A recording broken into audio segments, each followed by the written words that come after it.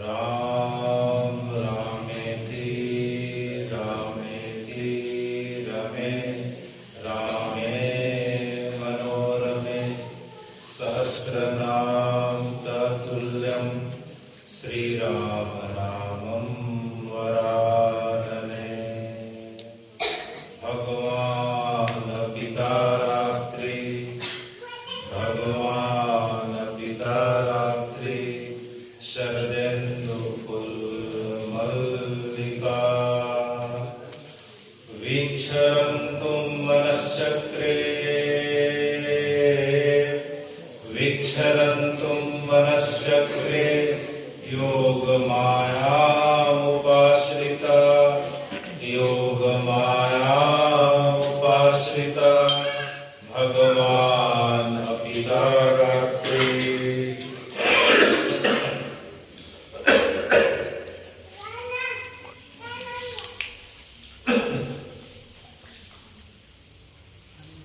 परम पूज्य श्री जीवन किशोर वैष्णव जी, आपके भ्राता श्री और आज की सभा में उपस्थित समस्त भगवत प्रेमी जन, हमारे लिए बड़े सौभाग्य का विषय है कि जिस प्रकार से अभी हम प्रेमानंद जी को देख पा रहे हैं टीवी में, मोबाइल के माध्यम से, और उसमें सबसे एक अच्छी बात हमको देखने को मिलती है कि जितने भी भारतवर्ष के वृंदावन धाम के प्रमुख साधु संत हैं, जिसमें मलुकपीठ वाले श्री राजेंद्र दास जी महाराज हों, गोरेलाल कुंज वाले श्री किशोरदास जी महाराज हों, और अनेकों अनेक संत हों, चाहे जगन्नाथपुरी से पधारे संत हों और दूर दराज से आए हुए संत हों, हमारे लिए परम सौभाग्य का विषय है कि हमारे बीच उपस्थित श्री जुगल किशोर महाराज जी के माध्यम से सभी संतों का दर्शन हम सबको प्राप्त हो रहा है, उन संतों को भी प्राप्त हो रहा है, और उनके कारण जो दुर्लभ सत्संग जो हो रहा है उसे हम अपने मोबाइल के माध्यम से, दृश्य श्रवण के माध्यम से सुनकर जो आध्यात्मिक जीवन का लाभ उठा रहे हैं, ऐसा पिछले 1 महीनों की निरंतरता जो चल रही है वह बड़ी अद्भुत है। ऐसा सत्संग समागम जो है अत्यंत दुर्लभ माना जाता है, और कभी कभार ही इसका जो है अवसर हम सबको मिलता है। और उसके बाद भी सबसे खुशी की बात, प्रसन्नता की बात यह है कि महाराज जी अपना अत्यंत समय, दुर्लभ समय निकाल के हमारे बीच में उपस्थित होते हैं। और 3 दिन पहले ही अचानक महाराज जी की सूचना है कि वे जो आ रहे हैं और जो है आज सत्संग का कार्यक्रम रखा जाएगा। महाराज जी के सामने बोलना तो सूर्य को दीपक के समान, दीपक दिखाने के समान है। और चूंकि यह अघन का महीना चल रहा है, भगवान गीता जी में कहते हैं, गीता जी के 10वें अध्याय के 35वें श्लोक में कहते हैं भगवान कि बृहत साम तथा सामना नाम की गायत्री जो है छंदों में, सामवेद में मैं बृहत साम नाम का जो है स्रोत हूँ, और मासा नाम माघ शिशु अस्मि, और ऋतु नाम पुष्पाकरा। महीनों में भगवान कहते हैं कि मैं माघ शिश महीना हूँ और ऋतुओं में मैं बसंत हूँ। तो यह अघन का महीना चल रहा है। इस अघन महीने की बात हम देखते हैं तो बड़ी अद्भुत बात देखने को मिल रही है कि अभी 25 नवंबर को जानकी विवाह पंचमी है, राम जानकी विवाह पंचमी का दिवस आ रहा है, जिसमें महाराज जी का जो गुरु स्थान है जिसे बक्सर कहा जाता है, बक्सर में 9 दिन का उत्सव होता है, राम जानकी विवाह उत्सव, जिसमें आप स्वयं जो है पधारने वाले हैं।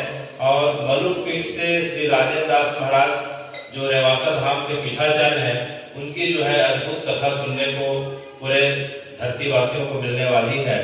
तो समय निकाल के अभी जो कथा सत्संग होने वाली है मलुकपीठ पीठाधीश्वर महाराज के माध्यम से, उनका आप सब सुनने का प्रयास करें और सरल लाभ लेने का प्रयास करें, जैसे महाराज जी ने बताया।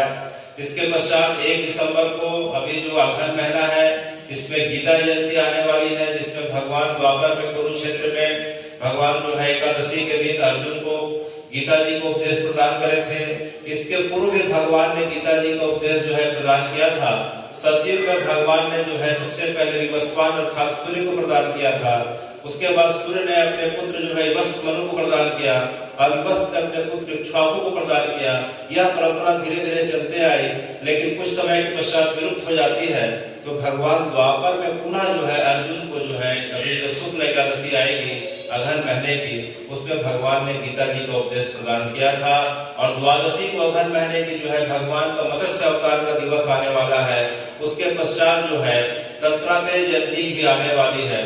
तो यह अघन का महीना जो है अत्यंत अत्यंत दुर्लभ और भगवान की भक्ति को बढ़ाने वाला और भक्ति प्राप्त कराने वाला है।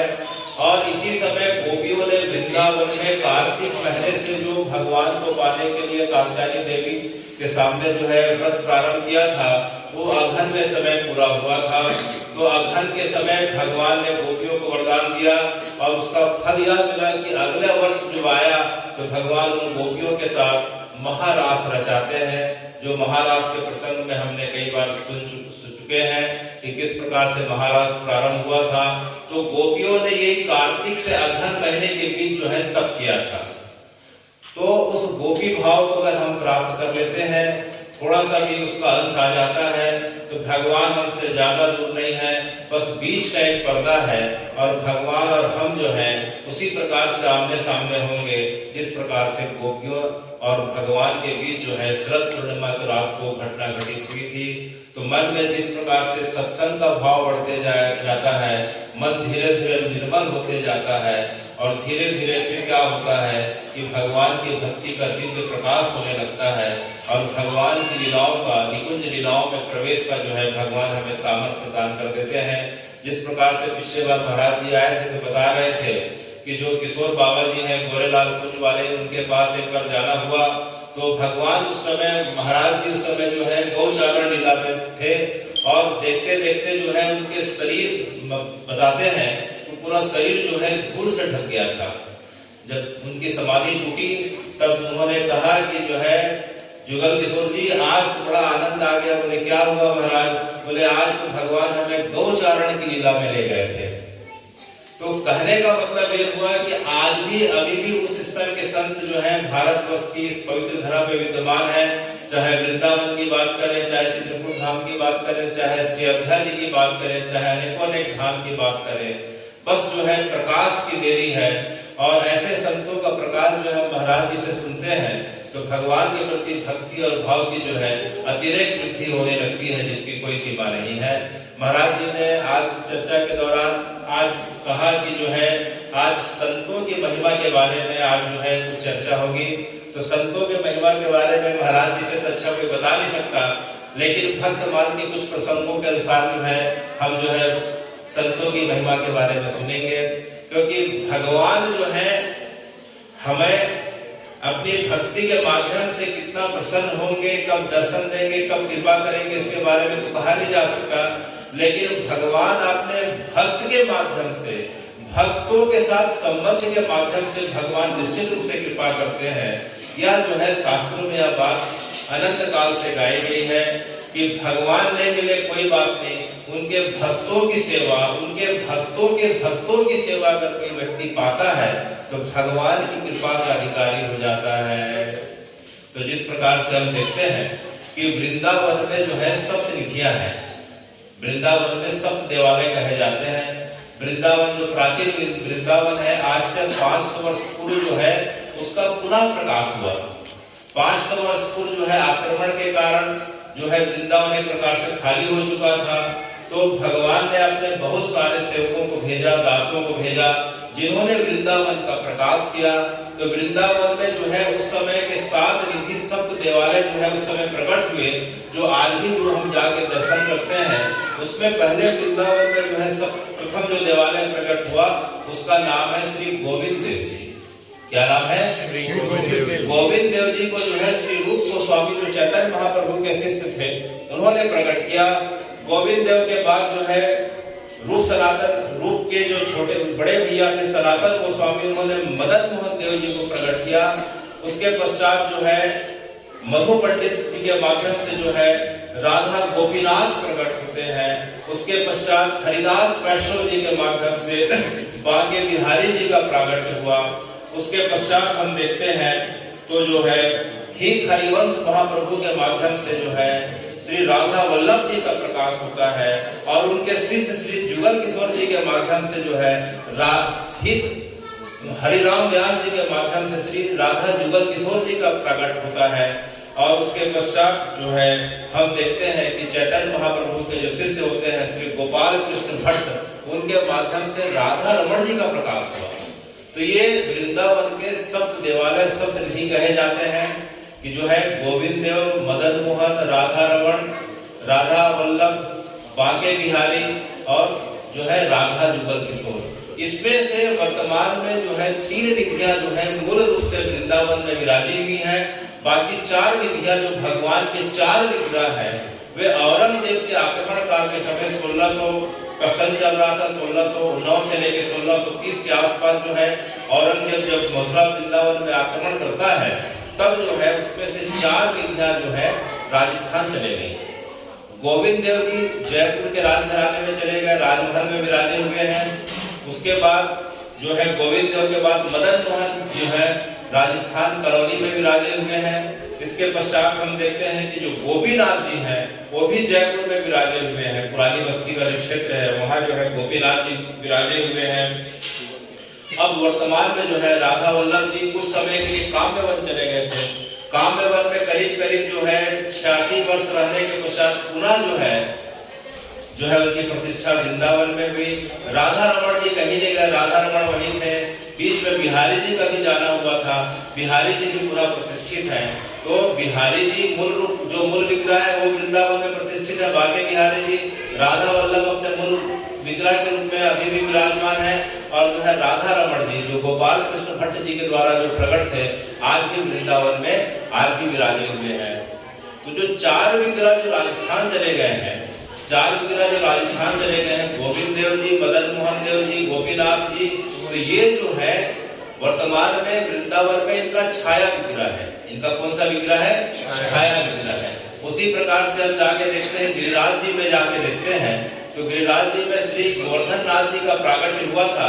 सबसे पहले जो है उन्हें जो है माधवेंद्रपुरी गोस्वामी ने प्रकट किया था, जो चैतन्य महाप्रभु के परम गुरु हैं। चैतन्य महाप्रभु के जो गुरु हुए ईश्वरपुरी गोस्वामी और उनके गुरु जो होते हैं माधवेंद्रपुरी गोस्वामी महाराज जी, वे गोविंद कुंड में रह के तप करते थे। तब उनको जो है गोवर्धन नाथ जी ने आज्ञा करी, फिर उन्होंने जाके गोवर्धन नाथ जी को प्रकट किया। और कुछ समय के पश्चात गोवर्धन नाथ जी की आज्ञा हुई कि जो है मुझे जो है मलयगिरी का चंदन जो है पधराया जाए। तो चंदन लेने के लिए जब जाते हैं तो उसके पश्चात जो है फिर क्या होता है कि वल्लभाचार्य जी उस परंपरा को संभालते हैं और वर्तमान में फिर वल्लभाचार्य जी के माध्यम से जो है उनके पुत्र विट्ठल गोसाई हुए। और विट्ठल गोसाई ने क्या किया कि अपने जो है पिताजी के 4 शिष्यों को और अपने 4 शिष्यों को जो है गोवर्धन नाथ जी की सेवा के लिए नियुक्त किया। और गोवर्धन नाथ जी की सेवा का अष्टयाम सेवा का प्रारंभ हुआ। और उस समय के पश्चात जब औरंगजेब का आक्रमण होता है तो गोवर्धन नाथ जी को जो है नाथ द्वारा में ले जाकर जो है पधराया जाता है। तब से लेकर आज तक जो है गोवर्धन नाथ जी कहाँ पधारे हुए हैं? नाथ द्वारा में पधारे हुए। तो इसमें हम सब निधियों में अगर देखते हैं तो जो राधा वल्लभ जी है, कौन है? राधा वल्लभ जी है। राधा वल्लभ जी जो है बड़े आश्चर्य की बात है कि राधा वल्लभ जी जो है वो किनके माध्यम से यहाँ प्रकट हुए वृंदावन में? श्री हित हरिवंश महाप्रभु के माध्यम से। किसके माध्यम से? हित हरिवंश महाप्रभु के माध्यम से, जिनके शिष्य जिस परंपरा को बढ़ा रहे हैं श्री प्रेमानंद महाराज जी, श्री प्रेमानंद महाराज जी और उनके गुरु श्री गौरांगेश्वर महाराज जी। तो जो राधा वल्लभ जी है वो हित हरिवंश महाप्रभु को दहेज में प्राप्त हुए। वे हित हरिवंश महाप्रभु को दहेज में प्राप्त हुए हैं। हित हरिवंश महाप्रभु जो है उनके माता पिता कहाँ के रहने वाले थे? उनके माता पिता देववन के रहने वाले थे। अयोध्या जी के पास सहारनपुर जिले में एक जगह पड़ती है, उसको देववन बोलते हैं। वर्तमान में उसका नाम जो है आक्रांताओं के द्वारा देवबंद कर दिया गया है। क्या कर दिया गया है? उसका मूल प्राचीन संस्कृत का नाम है देववन। तो देववन में हित हरिवंश महाप्रभु के माता पिता रहा करते थे। उनके पिता का नाम श्री व्यास मिश्र था और माता जी का नाम तारामणि था। तो इनकी कोई संतान नहीं थी। तो इनके जो बड़े भाई थे जिनका नाम था नरसिंह आश्रम, वे बड़े संत प्रकृति के थे, विरक्त और त्यागी थे। तो वे उनके घर आते हैं तो जो है इन्होंने अपने बड़े भाई से प्रार्थना करी। तो बड़े भाई ने इनके नाम से जो है भगवान से काफी याचना करी, तप किया और तप करने के पश्चात उन्हें आशीर्वाद दिया। फिर क्या हुआ कि कुछ समय के पश्चात जो है इनकी माता जो है तारामती जो है गर्भवती हुई। और जैसे ही समाचार इनके पिताजी को पता चलता है कि माता जी जो है इनकी पत्नी जो है गर्भवती है, तब इनके मन में जो है वृंदावन ब्रजवास का ख्याल आता है। फिर जो है अपनी पत्नी को साथ लेके जो है ये ब्रज की यात्रा में निकल पड़ते हैं। तो हम जाके देखते हैं कि मथुरा से 10 किलोमीटर की दूरी पे गोकुल पड़ता है। गोकुल से थोड़ा दूर आगे जाएं तो फिर जो है रावल पड़ता है। तो रावल के पास एक जगह पड़ती है, उसका नाम है बाद गांव। वहां मथुरा रिफाइनरी है महाराज जी। तो बाद गांव जब इनके जो है व्यास मिश्रा जी पहुंचते हैं तो हित हरिवंश महाप्रभु का जन्म होता है, प्रागट होता है। तो उनका प्रागट जो है वैशाख महीने की जो है एकादशी को होता है। वैशाख एकादशी को सन जो है 1609 में होता है, 1659 में होता है। और हित हरिवंश महाप्रभु जो है भगवान के बांसुरी के अवतार कहे जाते हैं। किसके अवतार कहे जाते हैं? भगवान के बांसुरी के अवतार कहे जाते हैं। एक बार निकुंज लीला में जो है श्री जी से अर्थात राधा जी से जो है ललिता ने निवेदन किया कि जो है कुछ समय के पश्चात जो है कलिकाल का प्रारंभ हो जाएगा। फिर जो है भगवान की निकुंज सेवा कौन करेगा, भगवान की लीलाओं का विस्तार कौन बताएगा, भगवान के जो है चरित्रों का जो है वास्तविक रूप में भक्तों के बीच जो है कौन जानकारी देगा। तब जो है श्री जी ने जो है ललिता जी को वरदान दिया कि हे ललिते, तुम आने वाले समय में जो है तुम जो है हरिदास वैष्णव हरिदास के रूप में प्रकट होगी। ललिता का जो अवतार जो होगा किसके रूप में होगा? श्री हरिदास वैष्णव जी के रूप में प्रकट होगा, जिनके माध्यम से बांके बिहारी प्रकट होंगे। और उसके बाद जो है भगवान की बांसुरी का जो अवतार जो होगा उसी समय उसी काल में जो है हित हरिवंश महाप्रभु के रूप में होगा। तो ललिता अर्थात हरिदास वैष्णव जी और जो है बांसुरी अर्थात हित हरिवंश महाप्रभु लगभग समकालीन कहे जाते हैं। और हित हरिवंश महाप्रभु के जो शिष्य हुए जिनका नाम था श्री हरिराम व्यास, जो है ये तीनों एक समय जब वृंदावन में रहते थे और आपस में मिलते थे तो वह जो है इस संगम को हरित्रय कहा जाता था। क्या कहा जाता था? तीन हरि एक साथ मिल रहे हैं, हरिदास वैष्णव जी, हरिराम व्यास जी और हित हरिवंश महाप्रभु जी। तो वह जगह जो है हरित्रय कही जाती है। और आज भी जो है उस जगह का दर्शन किया जा सकता था कि जहाँ जो है तीनों महाप्रभु एक साथ मिलकर भगवान की गुप्त निकुंज की लीलाओं का जो है इस प्रकार से चर्चा किया करते थे और विस्तार किया करते थे। तो हित हरिवंश महाप्रभु बाद गांव में जन्म लेते हैं और उसके पश्चात वहाँ 6 महीने तक जो है उनका रहना होता है। तो 6वें महीने के आते आते जो है लोग उनके माता पिता उनके जो है व्यास मिश्रा के जो बड़े भैया जो है नरसिंह आश्रम जी देखते हैं कि इनके मुंह से संस्कृत के श्लोक निकल रहे हैं। तो 6 महीने के बालक के मुंह से संस्कृत के श्लोक को निकलते हुए देख के बड़ा आश्चर्य होता है। और रोज श्लोक निकलता था, रोज इसको इस प्रकार से डायरी में लिखते जाते थे, काफी पेन में जो है कलमबंद करते जाते थे। और जैसे ही जो है 270 श्लोक पूरा होता है, बालक के मुंह से जो है संस्कृत का श्लोक निकलना बंद हो जाता है। तब उन्हें श्री जी की प्रेरणा होती है और इस श्लोक को उन्होंने जो है सूचीबद्ध किया। और बाद में वह ग्रंथ जो है वैष्णवों का महान ग्रंथ के रूप में विख्यात हुआ। उस ग्रंथ का नाम है श्री राधा सुधानिधि। क्या नाम है उसका? राधा सुधानिधि। वो 6 महीने के जब हित हरिवंश महाप्रभु थे तब उन्होंने जो है अपने जो है संस्कृत के श्लोकों से 6 महीने के बालक के रूप में जो है उन्होंने इसको प्रकट किया। इसके पश्चात उनके पिता वापस जो है देवबंद आ जाते हैं। देवबंद में आने के बाद इनकी अनेकों लीलाओं को देखने को मिलता है। इनके पिता अपने भगवान का विग्रह की जब सेवा करते रहते हैं तो एक दिन देखते हैं कि जो है कृष्ण को जो वस्त्र पहनाए थे और जो राधा जी को वस्त्र पहनाए थे, देखते हैं कि कृष्ण के वस्त्र जो है राधा जी के पास चले गए और राधा जी का वस्त्र जो है कृष्ण को आ गया। तुम्हें समझ में नहीं आया, एक बार बोलते हैं तो फिर कृष्ण का वस्त्र राधा जी को चला गया, फिर दोबारा बोलते हैं तो फिर राधा का वस्त्र जो है श्री कृष्ण को आ गया, तो समझ में नहीं आया। जब उठ के बाहर जाके देखते हैं तो 5 वर्ष का जो बालक था, उनका जो बालक था वह क्या कर रहा था कि वह जो है भगवान के विग्रह को अपने पास रख के, जो दूसरा विग्रह को रख के खेल खेल में आज जो है उसके मन में जो है आज कुंज लीला का भाव आया। तो आज राधा जी के कपड़े को जो है कृष्ण को पहनाया और कृष्ण के पहने को राधा जी के कपड़े को पहना रहे थे। तो जो लीला बाहर में हो रही थी वह लीला अनायास से जो है अंदर होने लग गई थी। हित हरिवंश जो है बालक के रूप में जो भगवान की जो सेवा जो बाहर में कर रहे थे, वो पिताजी उनके देखते हैं कि वही सेवा जो है अपने आप अंदर हो रही है। वो कपड़े जो बाहर में जिस रूप रंग के कपड़े थे वही कपड़े भगवान यहाँ पहने हुए हैं, और जो कपड़े बाहर में राधा जी पहनी हुए वही कपड़े जो है यहाँ पहने हुए हैं। उसी प्रकार से एक बार भगवान को भोग लगा रहे थे, भगवान को जो है खीर का भोग लगा रहे थे, खीर पूरी का भोग लगा रहे थे, तो देखते हैं खीर पूरी नहीं है, वहां तो केवल जो है फली रखे हुए हैं। फिर समझ में नहीं आया तो बाहर जाके देखते हैं तो जो है हित हरिवंश महाप्रभु क्या करते हैं, 2 पेड़ थे, 2 पेड़ को युगल का स्वरूप मान के राधा और कृष्ण उसमें उन्होंने पेड़ में लिखा, पेड़ की छाल में, और जो उन्होंने पेड़ से तोड़ के जो है फल को अर्पित किया, वही फल जो है उनके पिताजी को यहाँ जो है दृष्टिगोचर हो रहे थे। तब उन्हें समझ में आ गया कि अब बालक कोई साधारण बालक नहीं है, आने वाले समय के बड़ा दिव्य बालक है। वह बालक जब 5 वर्ष का पूरा हुआ तो उनके घर में सूखा कुआं था। महाराज जी आपने दर्शन पाया होगा, वो सूखा कुआं था। अचानक जो है बालक खेलते खेलते जाता है, कुएं में गिर जाता है, घर में हाहाकार मच जाता है। 5 वर्ष का बालक बड़े मुश्किल से हुआ, क्या होगा क्या होगा।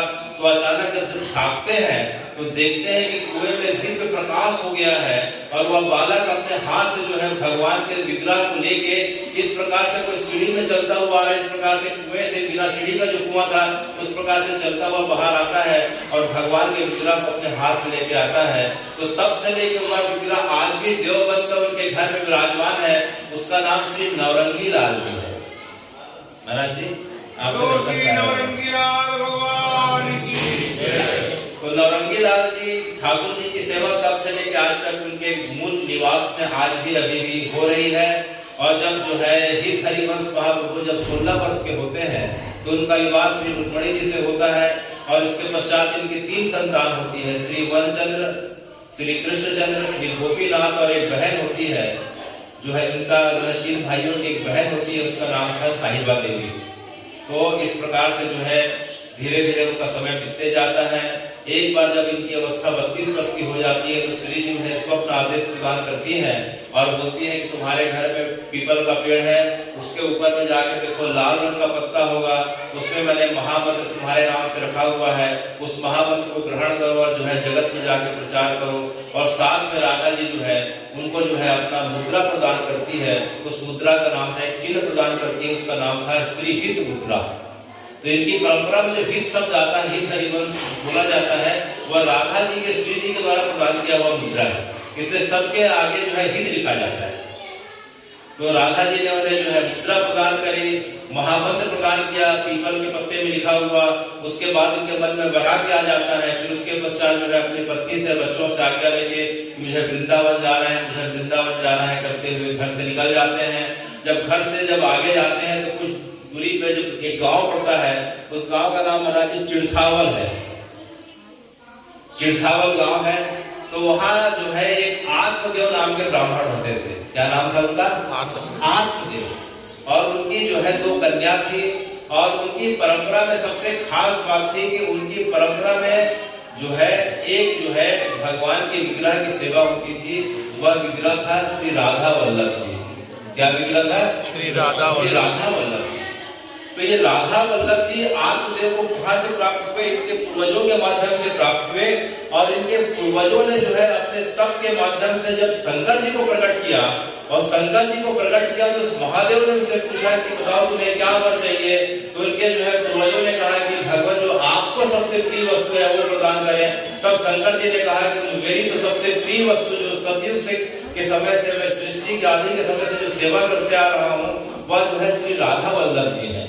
कौन है वो? श्री राधा वल्लभ। तो राधा वल्लभ जी को उन्होंने जो है आत्मदेव के पूर्वजों को प्रदान किया, और साथ में उन्हें बताया कि इनकी अष्टयाम सेवा कैसी की जाती है। तो राधा वल्लभ जी की सेवा आज भी वृंदावन में जो की जाती है, उसको शंकर जी ने आत्मदेव के पूर्वजों को जो लिखित में जो लिखाया था कि किस प्रकार से सेवा की जाएगी, किस प्रकार से कहाँ से चंदन आएगा, किस प्रकार से ये होगा, किस प्रकार से किस टाइम में क्या होगा, कौन सी भोग की वस्तु पधराई जाएगी। तो यह परंपरा जो शंकर जी ने जो बताई थी लिखित में, वह लिखित का कागज लिपि आज भी राधा वल्लभ मंदिर में विराजमान है। कई बार जो है मरुत पीठाधीश्वर श्री राजेंद्र दास जी महाराज की कथा के पीछे बताते हैं कि मैंने जाके उस शंकर जी ने जो लिखित में जो दिया था कि उनकी पूजा श्याम पूजा कैसे की जाएगी लिखी हुई है। आज भी जो है जब विशेष कृपा होती है तो कोई व्यक्ति जो है दर्शन करने का सौभाग्य प्राप्त करता है। तो जो है राधा वल्लभ जी जो है शंकर जी के सेवित विग्रह है। अगर जाके देखा जाए तो सप्तनिधियों में वृंदावन के सबसे प्राचीनतम विग्रह है राधा वल्लभ जी, शंकर जी के सेवित विग्रह है। और शंकर जी उनकी सेवा कहाँ करते थे? श्वेत द्वीप में। धरती का जो हिस्सा है, एक हिस्सा है उसे श्वेत द्वीप कहते हैं। श्वेत द्वीप में शंकर जी उनकी सेवा करते थे। लेकिन आत्मदेव के पूर्वजों को इस प्रकार से मिला। फिर जब हित हरिवंश महाप्रभु जब चिड़थावल गांव में रात को पहुंचते हैं तो उनको श्री जी का स्वप्न आदेश आता है कि जो है हित हरिवंश जी कल आत्मदेव नाम के ब्राह्मण आएंगे, वे अपनी 2 कन्याओं को आपके साथ विवाह का प्रस्ताव रखेंगे, आप उन्हें स्वीकार कर लेना और साथ में आपको दहेज में जो है श्री राधा वल्लभ जी को देंगे। वो मेरा ही स्वरूप है। अब मैं चाहती हूँ कि आपके माध्यम से मेरा जो है इस प्रकार से वास वृंदावन में हो और आपके माध्यम से मेरा प्रकाश हो। और इधर रात को आत्मदेव ब्राह्मण को भी श्री जी ने स्वप्न आदेश कर दिया कि जो है गांव के बाहर में जो है हरिवंश नाम का जो है मेरा भक्त है, उसको सवेरे जाकर अपनी दोनों कन्याओं को विवाह करवा देना और जो है मेरे विग्रह को दहेज के स्वरूप में देना। इस प्रकार से हित हरिवंश महाप्रभु जो है दोनों कन्याओं के साथ जो है, एक का नाम कृष्णदासी था, एक का नाम मनोहारी था, तो जो है उनके साथ विवाह होता है। लेकिन विवाह होता है विशुद्ध भक्ति की भावना के साथ श्री जी के आदेश को कि इसमें जो है मैं किसी प्रकार से जो है दैहिक भाव से जो है विवाह नहीं करूंगा, केवल भक्ति की वृद्धि हो, इस प्रकार से विवाह का मेरा सामंजस्य रहेगा। तो श्री जी ने उन्हें इसी प्रकार से आज्ञा प्रदान करी और जो है सबके साथ जो है बैलगाड़ी में जो है वो काहर में इस प्रकार से राधा वल्लभ जी को लेके कहाँ जाते हैं? वृंदावन आते हैं। तो जिस डोली में राधा वल्लभ जी को लेके आए थे वह अभी भी 40-50 वर्षों तक वो डोली राधा वल्लभ मंदिर में रखी हुई थी, लेकिन कुछ कारणों से अब वह डोली वर्तमान में विराजमान नहीं है। तो जिस कहार में डोली में लाया गया था राधा वल्लभ जी को, तो सबसे पहले हित हरिवंश महाप्रभु जो है राधा वल्लभ जी को मदन टेल में जाके वहां के निकुंज में स्थापित करते हैं। अब समझ में आया? मदन टेल ये पूछा था कहाँ स्थापित करते हैं? मदन टेल उसका नाम इसलिए है क्योंकि भगवान के समय, द्वापर के समय जब भगवान जब वृंदावन की जब लीला में वहां थे तो एक बार जो है कामदेव के मन में आ गया कि मैं भगवान को हरा देता हूं करके। तो भगवान से उसने शर्त रखा और उसी मदन टेल में जो है भगवान के सामने प्रकट होता है। लेकिन भगवान के रूप माधुर्य को, उस लीलाओं को देख के जो है कामदेव परास्त हो जाता है और भगवान की शरणागति स्वीकार कर लेता है और भगवान के संतान के रूप में आने का वर मांगता है। वही कामदेव बाद में जो है द्वापर लीला में, जब द्वारका लीला में प्रद्युम्न बन के आता है महाराज। तो मदन मोहन किसका नाम है? मदन किसका नाम है? कामदेव का। तो यहाँ भगवान का कामदेव के साथ जो है इस प्रकार से सामना हुआ था और जो है कामदेव यहाँ इस जगह पे पराजित हुए थे। तो वह जगह है मदन टेल। तो मदन टेल में जो है राधा वल्लभ जी को शुरू में इस प्रकार से पधराया गया और वह हित हरिवंश जो है केवल जो है निकुंज की सेवा करते थे। लता पताकाओं के माध्यम से पूरा एक निकुंज का निर्माण किया गया और उसी प्रकार से सेवा करते थे। यमुना जी के जल से जो है इस प्रकार से जो है सेवा होती थी। फिर धीरे से उसके पश्चात सेवा कुंज में उनकी सेवा की गई और वर्तमान में जो है हित हरिवंश महाप्रभु के देह त्याग के बाद लीला में अंतर्ध्यान होने के करीब जो है 60-70 वर्ष के पश्चात जो है राधा वल्लभ जो मंदिर दिखाई पड़ता है वहाँ मंदिर का निर्माण हुआ। एक जो है उनके भक्त के द्वारा फिर निर्माण होता है। तो हित हरिवंश महाप्रभु की जो है अगर हम देखते हैं तो उन्होंने जो निकुंज लीला की जो उपासना करी है, जो निकुंज लीला के माध्यम से जो गुप्त भगवान की जो सहचरी भावना, कौन सी भावना? सहचरी भावना। क्योंकि निकुंज की लीला में भगवान की जो है बांसुरी सहचरी मानी जाती है। ललिता जो है सखी है, कुछ मंजरी है, कुछ सखी है। तो ये जो सहचरी भावना की जो उपासना जो की जाती है, जो भगवान के लीला के पश्चात जो है अंतर्ध्यान हो गई थी, तो इसे जो है पुनः ही हरिवंश महाप्रभु ने प्रकट किया। और उनके प्रथम शिष्यों में जो बड़ा एक अद्भुत प्रसंग आता है, उनके प्रथम शिष्यों में जो है एक वहां का बहुत बड़ा डाकू हुआ करता था। एक जो है वहां का बहुत बड़ा डाकू हुआ करता था, जो सबको लूट लिया करता था। क्या नाम था उनका? ना से आता है महाराज जी ना? नरवाहन। नरवाहन, नरवाहन, नरवाहन डाकू हुआ करता था। उस समय दिल्ली में सिकंदर लोधी का शासन लगभग समाप्त होने को आ गया था। तो इसकी जो है यहाँ शक्ति बहुत बढ़ गई थी। यमुना जी के माध्यम से जो भी व्यापार के लिए लोग आगरा मथुरा इस प्रकार से जाया करते थे, सबको लूट लिया करता था। तो इसके मन में इच्छा हुई कि जो है कौन है जो मेरे बिना आज्ञा के यहाँ जो रह रहा है, और इस प्रकार से जो है बहुत धन धान उनको दहेज में मिला था और जो कुछ संपन्न थे, तो उनको लूटने के विचार से एक बार आता है। तो उस समय जो है वे भगवान की निकुंज सेवा में थे। तो उनकी सेवा को देख के और स्वरूप को देख के नरवाहन का मन इतना ज्यादा जो है द्रवित हो जाता है कि उसी समय जो है उनकी शरणागति स्वीकार कर लेता है। तो उनके प्रथम शिष्य जो है नरवाहन हुए। तो अनेकों अनेक शिष्य हुए। उसके पश्चात जो है आने वाले समय में जो है हरिराम व्यास जी हुए, जिन्होंने राधा जुगल किशोर जी को प्रकट किया। तो अनेकों अनेक शिष्य हुए। उसमें भगवान की कृपा के माध्यम से जो है वहां का दुर्दांत जो डाकू हुआ करता था, नरवाहन जो है, उसे उन्होंने जो है इस प्रकार से दीक्षित किया और उनको अपनी जो है गुप्त निकुंज लीलाओं का जो है अनेकों अनेक रहस्यों के बारे में बताया। तो उसके कारण जो है जो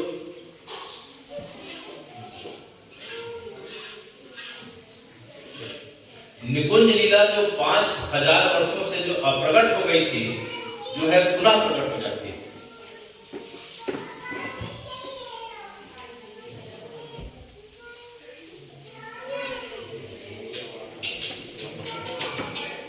हित हरिवंश महाप्रभु ने अनेकों अनेक लीलाओं का जो है हमारे सामने प्रकट किया है और अनेक अनेक जो है वृंदावन की अनेक जो है स्थलियों को उन्होंने प्रकट किया। उन्हीं के माध्यम से सेवा कुंज का प्रकाश हुआ, उन्हीं के माध्यम से जो है रास स्थली, अनेकों अनेक रास स्थली का प्रकट हुआ। मान सरोवर जो जाके देखते हैं महाराज जी, मान सरोवर जो है इन्हीं के माध्यम से पुनः प्रकट हुई। और जाके देखते हैं तो इनके माध्यम से बंसीवट प्रकट हुआ। तो अनेकों अनेक स्थानों को इन्होंने जो है हित हरिवंश महाप्रभु ने प्रकट किया। और इन रसिकाचार्यों के माध्यम से जो वृंदावन का जो प्रकट हुआ है, जैसे माधवेंद्रपुरी गोस्वामी थे, माधवेंद्रपुरी गोस्वामी जी के माध्यम से जो है इन्होंने जो है गिरिराज जी की परिक्रमा को उन्होंने प्रकट किया। चैतन्य महाप्रभु आए तो राधा कुंड श्याम कुंड का प्रकट किया। नित्यानंद महाप्रभु आए तो जो है श्रृंगार कुंड का प्रकट किया। अद्वैत महाप्रभु आए तो अद्वैत मठ में रहते थे, मदन मोहन देव का उन्होंने प्रकट किया। फिर मदन मोहन देव मथुरा में चौबे जी के यहाँ चले गए। फिर जब सनातन गोस्वामी आते हैं तो चौबे जी के यहाँ से फिर जो है मदन मोहन देव के यहाँ लाते हैं और फिर जो है मदन मोहन का जो टीला है वहां उनका फिर से प्रकट हुआ। तो कहने का मतलब ये है कि वृंदावन जो है वर्तमान जिनके बारे में हम रोज सुनते हैं देखते हैं, तो इन जो है रसिकाचार्यों के माध्यम से भगवान ने ब्रज की लीलाओं को फिर से प्रकट किया, लीला स्थलियों को प्रकट किया, अनेकों अनेक साहित्यों को प्रकट किया। जब वृंदावन में हम जाते हैं, जब नंद गांव के पास जाते हैं तो एक जगह पड़ती है कदम टेर, एक जगह पड़ती है कदम टेर। वहां रूप गोस्वामी जो है साधना किया करते थे, भजन किया करते थे। तो उनके मन में एक बार आया, खबर आई कि जो है बड़े भैया सनातन उनके पास मिलने के लिए आने वाले हैं। सनातन जी है उस समय जो है यहाँ करते थे, मानसी गंगा के पास महाराज जी जो है वहाँ जो है भजन करते थे। तो उनके मन में इच्छा हुई कि छोटे भाई रूप से एक बार मिल के आया जाए। जैसे ही रूप जी को पता चलता है कि बड़े भैया आने वाले हैं, तो उनको पता था कि जो है बड़े भैया को खीर पसंद है। क्या पसंद है? खीर पसंद है। तो भैया को मैं खीर का भोग लगाऊंगा, ऐसा करके खीर खिलाऊंगा। तो उस समय वो भजन थे, अकेला रहते थे, विरक्त रहते थे। तो खीर कैसे होगा, क्या होगा? इतने में 6 वर्ष की बालिका आती है, वह दूध लेके आती है और खीर बनाने का पूरा सामान, चावल, काजू, किशमिश सब लेके आती है और जो है उनके घर में खीर बना के चले जाती है। जब सनातन जी आते हैं तो जैसे रूप गोस्वामी ने अपने भैया को जैसे खीर जैसे पधराई, जैसे खीर को मुंह में रखते हैं तो उनको समझ में आ जाता है कि खीर जो है मनुष्यों के हाथ की बनी नहीं सकती। तो पूछते हैं रूप बताओ खीर आई कहाँ से, तुमने बनाया क्या? तब रूप गोस्वामी ने कहा भैया मैंने नहीं बनाया। तो फिर क्या कहानी है? तो बताते हैं कि 6 वर्ष की कन्या आई थी, वो उसने जो है बताया कि आपके यहाँ कोई आने वाले हैं। तो उन्होंने जो है खीर को बनाया भी और खीर बना के गई और बता के गई कि आप आएंगे तो आपको खिला देना। तब सनातन गोस्वामी को समझ में आता है, रूप को बोलते हैं कि अरे रूप तुझे पता है कि आई थी कौन थी करके? बोले साक्षात श्री जी थी सर, साक्षात श्री जी थी। तो कहने का मतलब कि भगवान आज भी अभी भी यह घटना ज्यादा पुरानी नहीं है, मात्र 5.25 साल पुरानी है। तो आज भी भगवान अपने भक्तों की इस प्रकार से इच्छाओं को रखते हैं। भगवान गीता जी में कहते हैं अनन्य आश्रित तत्व या भक्त परिउपास्ते तेसाम नित्य भुक्ता नाम योग क्षेमम वहाम्यम, कि जो भक्त जो है पूरी तरीके से शरणागति के भाव से जो मेरा आश्रय लेके कार्य करता है, उसके वर्तमान की चीजों की उनकी आवश्यकताओं को पूरा करता हूँ, यहाँ तक कि भविष्य की सभी चीजों का भी मैं ख्याल रखता हूँ। उसी प्रकार से हम देखते हैं कि जो है बरसाने में मानगढ़ करके जगह है, बरसाना कई पहाड़ियों के ऊपर है महाराज जी। तो दानगढ़, मानगढ़, विलासगढ़, अनेक गढ़ है। तो एक मानगढ़ करके जगह है, वहाँ एक गुफा है। वहाँ एक बार जो है द्वापर लीला में श्री जी ने भगवान से मान कर बैठी, राधा जी ने भगवान से किसी प्रसंग पे ऐसा है, बड़ा लंबा प्रसंग है, मान कर बैठी। तो भगवान पे क्या होता है कि भगवान श्री जी के चरणों पे जो है इस प्रकार से सिर रगड़ के उनसे क्षमा याचना करते हैं, फिर राधा जी का मान दूर होता है। तो जगह क्या कहलाती है? मानगढ़। तो आज से करीब करीब 800 वर्ष पूर्व जो है सनातन, आज 800 वर्ष पूर्व जो है भगवान के अंशावतार जयदेव गोस्वामी का प्रागट्य हुआ था। किसका प्रागट्य हुआ था? जयदेव गोस्वामी, जिन्होंने अष्टपदी की रचना करी थी, जिन्होंने गीत गोविंद की रचना करी थी। तो गीत गोविंद की रचना में जब 74वां जो पद लिखते लिखते जो उनके मन में जो विचार आया, जब लीला में जाके देखते हैं कि ये तो मानगढ़ की लीला बार बार आ रही है, मानगढ़ की लीला बार बार आ रही है, लेकिन उसे लिख नहीं पा रहे थे क्योंकि भगवान जो है राधा जी के चरणों में जो है क्षमा याचना मांग रहे हैं। ये बात जो है लोगों को जो है उनकी अच्छी नहीं लगी करके जो है वो पदी को लिख नहीं पाते थे, अष्टपदी को। तो फिर क्या हुआ कि लिखने जाते थे लेकिन कलम रुक जाती थी कि जो है कहीं मर्यादा भंग तो नहीं हो जाएगी। भगवान श्री जी के चरणों में बार बार जो है वो रहे लोट पोट हो रहे हैं, उनसे क्षमा याचना मांग रहे हैं कि श्री जी उनके ऊपर प्रसन्न हो रही है, उन्हें आशीर्वाद प्रदान कर रही है, कहीं भक्तों के बीच गलत संदेश तो नहीं चला जाएगा करके कई दिनों से प्रयास करते थे, लेकिन जो है उस पद को लिख नहीं पाते थे। तो उनका नित्य नियम ये था कि जो है रोज क्या करते थे कि लिखने कुछ देर बैठते थे, उसके बाद फिर जो है समुद्र स्नान के लिए चले जाते थे। तो एक दिन समुद्र स्नान के लिए जाते हैं तो फिर क्या होता है, स्नान के लिए चले तो गए, इधर भगवान क्या करते हैं कि कृष्ण क्या करते हैं कि जयदेव गोस्वामी का स्वरूप धारण करके आ जाते हैं। किसका रूप धारण करके आ जाते हैं? जयदेव गोस्वामी का। तो जयदेव गोस्वामी का रूप धारण करके आते हैं। इधर उनकी पत्नी पद्मावती रहती हैं और उनको बोलती है कि आप जल्दी कैसे आ गए? सब बोलते हैं कि आज जो है ज्यादा शिष्य लोग से आज ज्यादा मुलाकात नहीं हुई, ज्यादा सत्संग नहीं हुआ, जल्दी से स्नान किया मैं आ गया। एक काम करोगे तुम जल्दी से मुझे भोजन बना के खिलाओ, ऐसा कर मुझे बड़ी भूख लग रही है। तब इधर पद्मावती जो है रसोई में भोजन बनाने के लिए चले जाती है। तब भगवान उसी जगह पे जाते हैं और वह जो है अष्टपदी का जो बचा हुआ जो है पद पूरा कर देते हैं, अपने हाथ से लिख के। इसी की जो है भोजन आ जाता है, भोजन करते हैं। भोजन करने के पश्चात जो है उनका नियम रहता है पद्मावती का कि जो जयदेव गोस्वामी जो भोजन के पश्चात जो उच्छिष्ट अर्थात उन्हें भोग लगाए हुए छोड़ते थे, उन्हें वो पाया करती थी। तो जो है पद्मावती जो है उसी भोजन को फिर से पुनः पाती हैं। पाने के पश्चात देखती हैं कि थोड़ी देर में स्वयं जो है फिर से दूसरे जयदेव गोस्वामी आ गए करके। बोले आप कौन? बोले मैं तुम्हारा पति। बोले अभी तो आप आए थे। बोले नहीं मैं तो नहीं आया था। तो बोले आप कहाँ? मैं तो समुद्र में स्नान के लिए गया था। तो उनको समझ में नहीं आता है। तो जयदेव गोस्वामी का जो है दृष्टि जो है थाली में पड़ी। बोले पद्मा तुमने आज भोजन पा लिया क्या? बोले हाँ। बोले कैसे? बोले आप आए थे, आपने भोजन प्रसाद पाया, फिर बचा हुआ मैंने पा लिया। तो बोले बताओ हुआ क्या? मुझे कुछ समझ में नहीं आ रहा है। तब जो है उनकी पत्नी ने बताया कि आपके जाने के बाद आप ही आए थे और आपने मुझे भोजन की आज्ञा प्रदान करी, फिर अंदर जाके लिखने चले गए और लिखने के पश्चात जो है आपने जो है भोजन पाया, प्रसाद पड़ा उसे मैंने पाया। तब उनके दिमाग में फिर आने लगा कि जरूर जो है इस घटना के पीछे भगवान ही हो सकते हैं, जाके देखते हैं तो वही जो अष्टपदी का जो स्टेंजा जो पद लिखने के लिए कई दिनों से जो आतुर थे लेकिन लिख नहीं पा रहे थे, उसी को भगवान ने जो है अक्षरशः जो है उनके मन के भाव को उस जगह पे लिखा हुआ था। तो यह देख के जो है इतना जो है उनका मन करुणा से भर आया, घंटों रोए और अपने पत्नी को प्रणाम करने लगे। बोले कि आज तुम्हारे कारण जो है आज मुझे जो है भगवान का दर्शन मिल गया, क्योंकि जो है भगवान जो है देखो आज भगवान जो है आज भक्ति की इस भावना को रखने के लिए खुद आके इस जगह पे लिए, पहला तुम्हें दर्शन दिए और तुम्हारे माध्यम से जो है मुझे आज दर्शन मिल रहा है भगवान का, कि मैंने तो भगवान का दर्शन नहीं कर पाया, कोई बात नहीं, तुमने भगवान का दर्शन भी किया, भगवान का उच्छिष्ट भी तुमने पाया, इस कारण से जो है आज से तुम मेरी गुरु हो गई। तो वो जगह जो है आज भी अभी भी है और स्टेंजा आज भी है। उस पद के बारे में कभी समय के साथ उस पद के बारे में विस्तार के साथ उसकी व्याख्या भी हमको सुनने का अवसर मिलेगा और उसका संस्कृत का मूल भाव क्या है और हिंदी का मूल भाव क्या है, इसको भी हम जानने का प्रयास करेंगे। कहने का मतलब यह है कि भगवान आज भी अभी भी जो है अपने भक्तों के लिए पूरे भावों को जो है पूर्ति भी कर रहे हैं, प्रकट होकर भी कर रहे हैं, प्रत्यक्ष रूप में भी कर रहे हैं, अप्रत्यक्ष रूप में भी कर रहे हैं। बस उस स्तर की जो है भावना की देरी है। इस प्रकार से हम देखते हैं 600 वर्ष पहले जो है नरसिंह मेहता जी की हम कथा सुनते हैं। नरसिंह मेहता जी को भगवान ने अपने जीवन काल में 58 बार से ज्यादा जो है दर्शन दिया, 58 बार से ज्यादा दर्शन दिया। उसी प्रकार से गीता प्रेस के जो श्री हनुमान प्रसाद पोद्दार जी जिनको भाई जी कहा जाता है, उन्हें भी 50 बार से ज्यादा भगवान ने दर्शन दिया है, आज भी अभी भी। तो कहने का मतलब यह हुआ कि भगवान जो है सर्वव्यापक है, सर्वकालिक है, सर्वशक्तिमान है, अंतर्यामी है, वहां भी है यहाँ भी है। भगवान जो है कहीं बाहर नहीं गए हैं।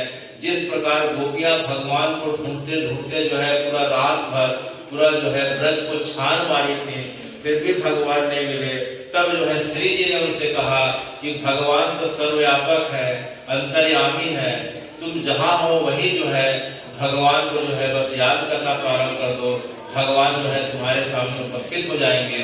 तो सब गोपियों ने श्री जी के साथ मिलकर गीत गाया। उस गीत को गोपी गीत कहते हैं और गोपी गीत का जो है एक श्लोक के साथ जो है हम आज की कथा को समय की मर्यादा देखते हुए इसलिए पूरा करना चाहेंगे, क्योंकि महाराज जी का संग बड़ा दुर्लभ है और महाराज जी अभी जो है बक्सर जाने वाले हैं और राम जानकी विवाह का जो है जो अवसर आने वाला है। तो महाराज जी से हमारी प्रार्थना है कि राम जानकी विवाह का जो पद जो है इनके जो गुरु जी के माध्यम से जिन्हें पूरे जगत में मामा जी के नाम से जाना जाता है, किसके नाम से जाना जाता है? मामा जी के नाम से जाना जाता है। तो मामा जी का पद जो है अगर उनके स्मरण में हो तो विवाह का जो है कुछ पद और विवाह का स्मरण जो है हमें सुनाने का जो है महाराज जी बड़ी कृपा करें तो हमारे लिए जो है अतिरिक्त आनंद का विषय होगा। तो बस गोपी गीत के इस श्लोक के माध्यम से जो है हम आज की कथा को जो है पूरा करने वाले हैं। तो जिन जिन को गोपी गीत का एकाध श्लोक याद है वो साथ में गुनगुनाएंगे। उसके बाद जो है महाराज जी हमें जानकी विवाह के बारे में कुछ प्रसंगों को मामा जी के माध्यम से हमारे सामने उद्भाषित करेंगे। जयति देविकं जन्मना व्रज श्रयत इंदिरा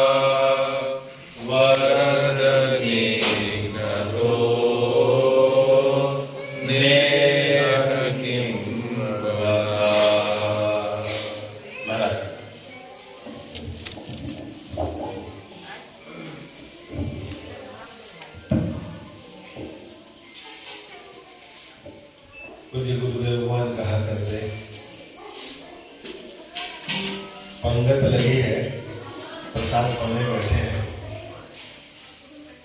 लड्डू कचौड़ी सूखी सब्जी मालपुआ ये सब्जी हम पत्थर में परोस सकते हैं, लेकिन जो रसिक पदार्थ है जिसको हम लोग खीर कहते हैं, आमरस कहते हैं, ये सब पदार्थ के लिए गहरा पात्र चाहिए, तब जाकर उसमें टिकता है। गुरुदेव महाराज से कहा करते, मिथिला रस प्रसंग की बाहर की जितने भी कथाएं हैं हमारे सनातन धर्म में, वो लड्डू कचौड़ी पूड़ी मालपुआ है, लेकिन जो मिथिला रस का जो प्रसंग है, मिथिला रस का जो भाव है, जो उपासना है, वो रस सिद्ध पदार्थ है, उसके लिए गहरा पात्र चाहिए। और अभी तो लड्डू कचौड़ी के लायक ही नहीं बन पाए, तो कहाँ उस रस के महासागर में हमारे जैसे लोग कुछ प्राप्त कर पाए। फिर भी आपकी आज्ञा है तो एक दो बहुत रसमय प्रसंग हो गए भगवान के, और साथ में मैं भाव को रोक नहीं पा रहा हूँ। इसकी सार्वजनिक मुझे घोषणा तो नहीं करनी चाहिए, लेकिन कल ही क्या और 2-4 दिन पहले अपने विशाल भैया से मैंने चर्चा किया। विशाल भैया इस बार अधिक मास आ रहा है, तो अधिक मास में पिछले अधिक मास में अपने श्री चित्रकूट धाम में कामदानाथ भगवान की कृपा से 9 दिन का एक विशेष अनुष्ठान हुआ था अपने ठाकुर जी की कुटिया में।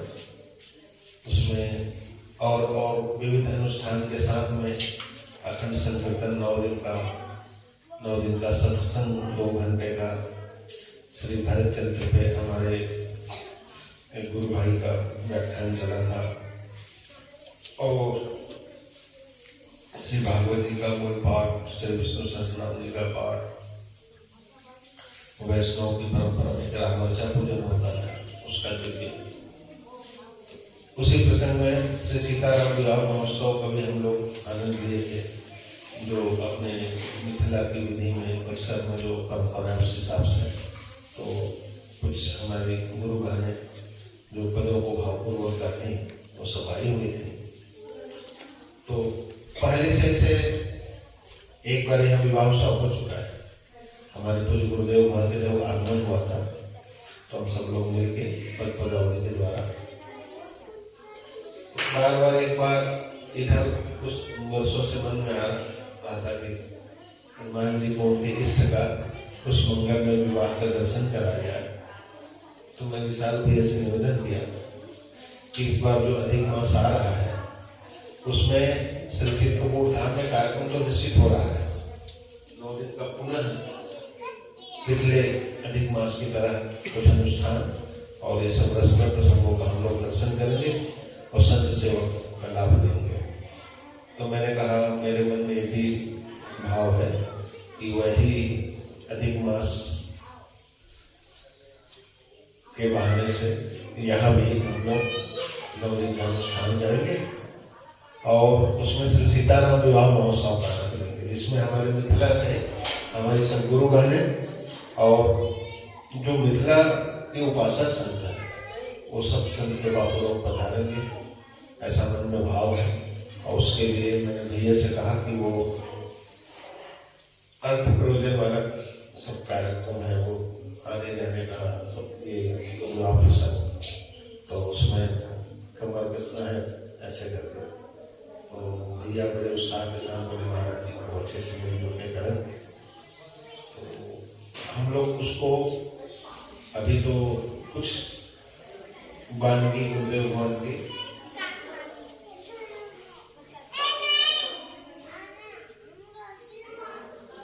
किसी सखी से मिथिलानी से किसी सखी ने कहा, अरे बावरी हो गई है, ये मर्यादा पुरुषोत्तम है, इनको जो गाली दे रही है, गाली दे रही है, ये मर्यादा पुरुषोत्तम है? भले हमारे पौना बन गए, हमारे जीजा जी बन गए, पुरुषोत्तम को गाली कैसी? तो भगवान मर्यादा पुरुषोत्तम है। तो सती बोलती है गाली फिर ससुराली कैसे? गाली तो ससुराल में मिलती है। और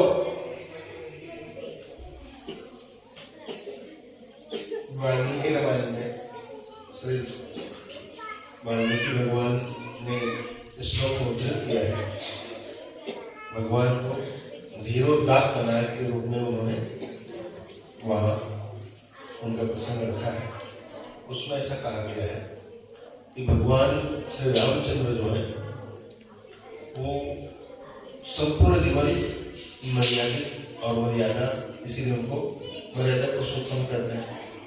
लेकिन छोटा सा एक शब्द वहां पर उन्होंने डाल दिया कि मिथिला में थोड़ी सी बात कुछ वैसी भी हो गई, इससे उनको भी अवतार मर्यादा वाली अवतारों में कुछ रस प्रसंगों को भी वहां प्रकट करना पड़ा था। तो ये उपासकों का चीज है मूलतः। ऐसे देखने में लगता है कि भगवान का विवाह उत्सव हो रहा है, लेकिन कैसे बताएं आप लोगों को, हमारी वो हृदय की स्थिति नहीं है। जिन संतों के पास आते रहते हैं, तो जैसे वृंदावन की रस उपासना में निकुंज की उपासना है, वैसे ही अपने मिथिला जी की उपासना में कोहर की उपासना प्रधान है, जहाँ अपने को सिया जी के किशोरी जी के सखी के रूप में भाव जगत में साधक अपने को वहाँ निश्चय करता है और उस उपासना से संचरी स्वरूप को प्राप्त करता है। तो बहुत रसमय प्रसंग है।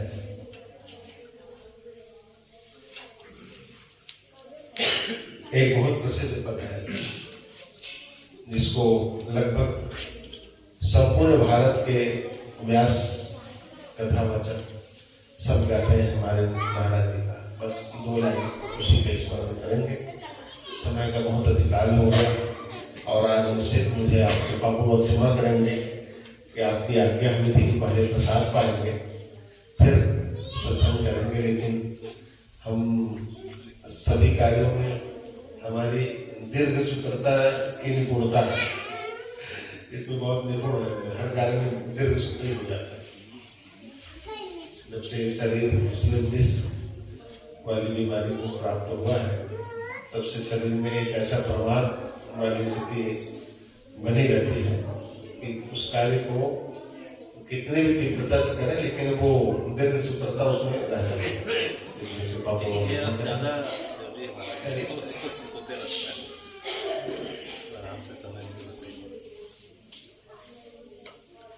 चारों भाई, चारों लाल जी, चारों लली के साथ में अयोध्या प्रस्थान के लिए तैयार होते हैं। तो सखियां अपने भाव को प्रकट करती हैं। हे पहुना अब मिथिले में रहुना, हे पहुना अब मिथिले में रहुना, जो आनंद विदेह नगर में,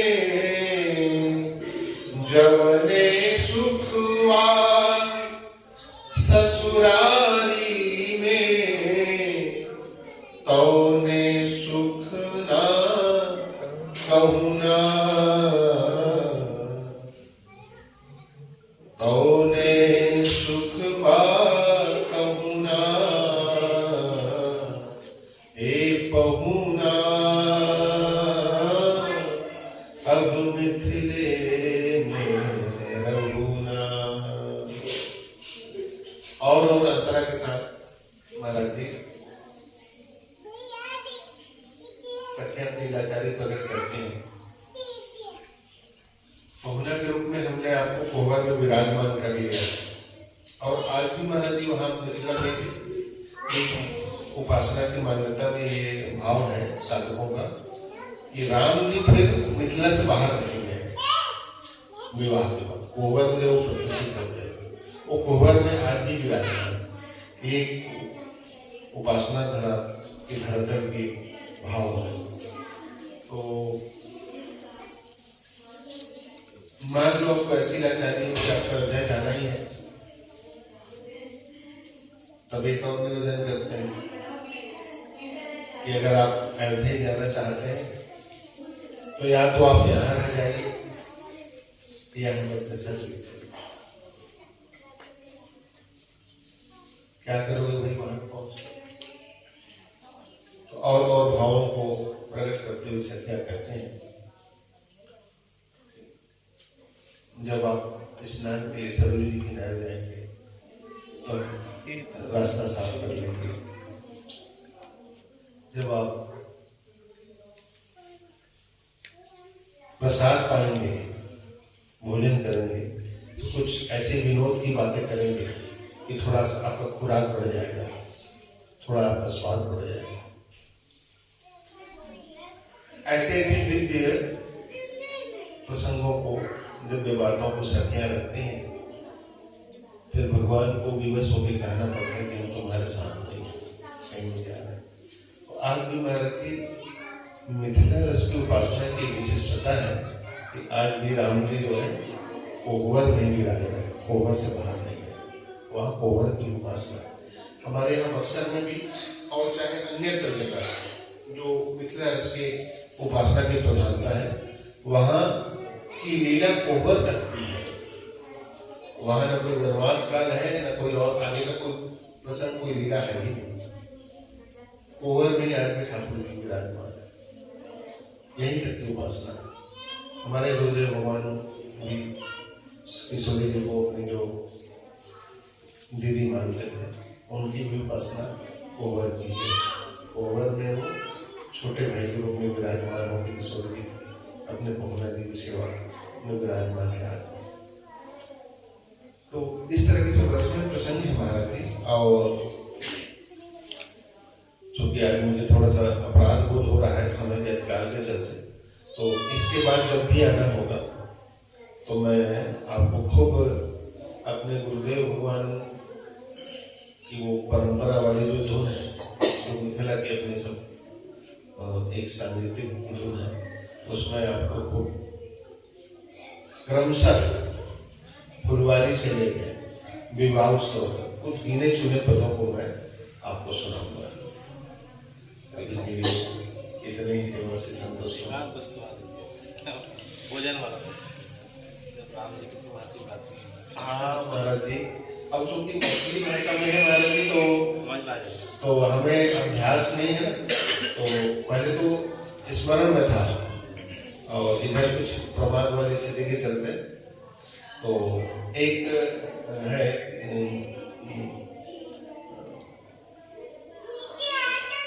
ठाकुर जी को भोग कई बार है मिथिला की भाषा में।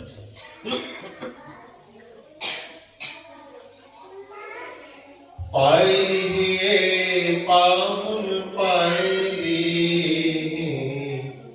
ससुरारी के व्यंजन पायली। पायलिए पाहुन पायली ससुरारी के व्यंजन पायली।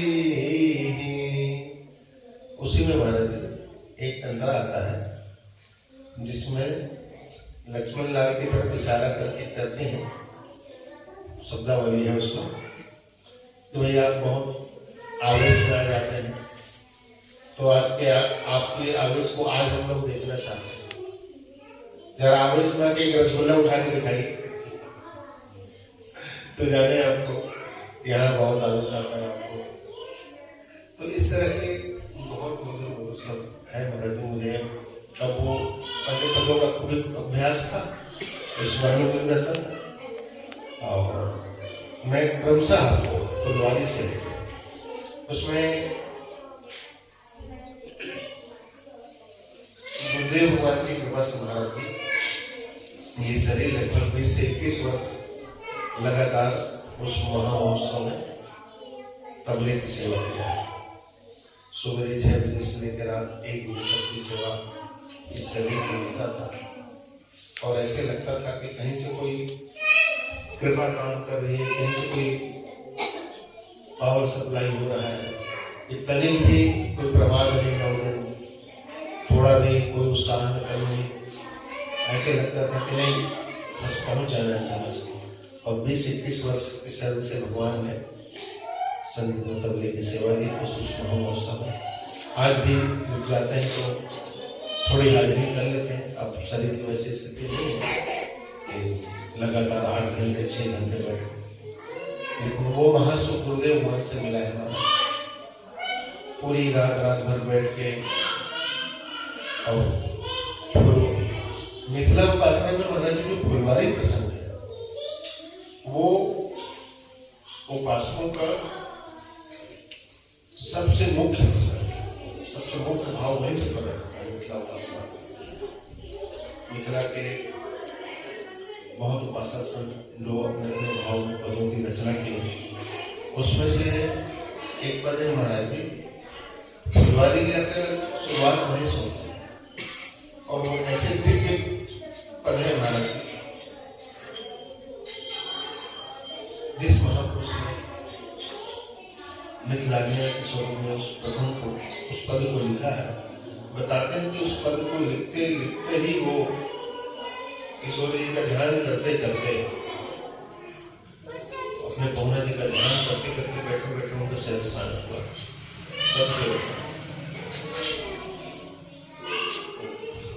शुरुआत के लाइन में गाता था मुझे राधा बाबा के कृपा पाकर एक संत हुए, उनको बहुत प्रिय था ये पद और इस शरीर से बार बार आकर सुनते हैं।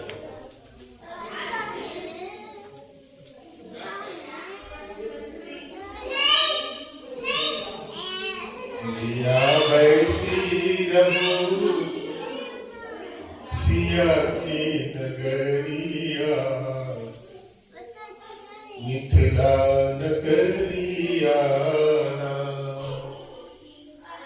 जिया वैसी रहो सिया की नगरिया